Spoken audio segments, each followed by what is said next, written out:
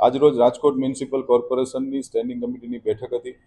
આ બેઠકની અંદર કુલ 24 દરખાસ્તો હતી। રાજકોટ શહેરના અલગ અલગ વિસ્તારોમાં વિકાસ કામોની કુલ 24 દરખાસ્તો આવી હતી। એમાંથી કુલ 4 દરખાસ્તને પેન્ડિંગ રાખવામાં આવેલ છે।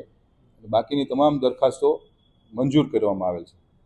કુલ આજની સ્ટેન્ડિંગ કમિટીની બેઠકની અંદર 162,67,77,000 જેવી રકમના ખર્ચે રાજકોટ શહેરના અલગ અલગ વિસ્તારોની અંદર વિકાસ કામોની આજે ભારતીય જનતા પાર્ટીના સૌ કોર્પોરેટરોએ આજની આ સ્ટેન્ડિંગ કમિટીમાં મંજૂરીની મહોર આપવામાં આવી છે। એક દરખાસ્ત 3 નંબરની દરખાસ્ત છે, જે સૌરાષ્ટ્ર શૈક્ષણિક અને સેવા સમાજ ટ્રસ્ટને લીઝ ઉપર શાળા આપવાની જે દરખાસ્ત છે, એમાં વધુ અભ્યાસ અર્થે એ દરખાસ્તને પેન્ડિંગ રાખી છે। બીજી, રાજકોટ મહાનગરપાલિકાની માલ મિલકતના રક્ષણ માટે સિક્યુરિટી ગાર્ડ્સ પૂરા પાડવા માટે એજન્સી નીમવાનો દ્વિવાર્ષિક કોન્ટ્રાક્ટ છે, એમાં વધુ ખર્ચની દરખાસ્ત આવી છે, એ પણ અમે હાલ પૂરતી તપાસના અર્થે પેન્ડિંગ રાખવામાં આવી છે।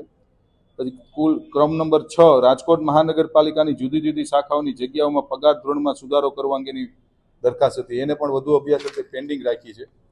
અને એક, રાજકોટ મહાનગરપાલિકાની ઓડિટ શાખામાં ખાલી પડેલ સબ ઓડિટરની જગ્યા પર બઢતી આપવા અંગે મ્યુનિસિપલ કમિશનરશ્રીનો જે પત્ર હતો, એ અભ્યાસ અર્થે અમે લોકોએ પેન્ડિંગ રાખવામાં આવી છે।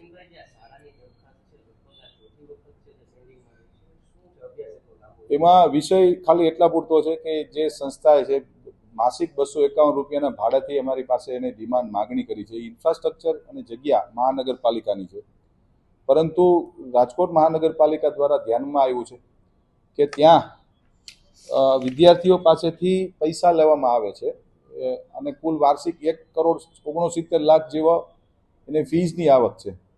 જ્યારે કોમર્શિયલાઇઝેશન જ્યારે થતું હોય ત્યારે રાજકોટ મહાનગરપાલિકા ટોકન દરે ક્યારેય મિલકત આપી ન શકે, એના માટે વધુ અભ્યાસ અર્થે આ દરખાસ્તને પણ પેન્ડિંગ રાખીને આવતી સ્ટેન્ડિંગમાં નિર્ણય કરવામાં આવશે।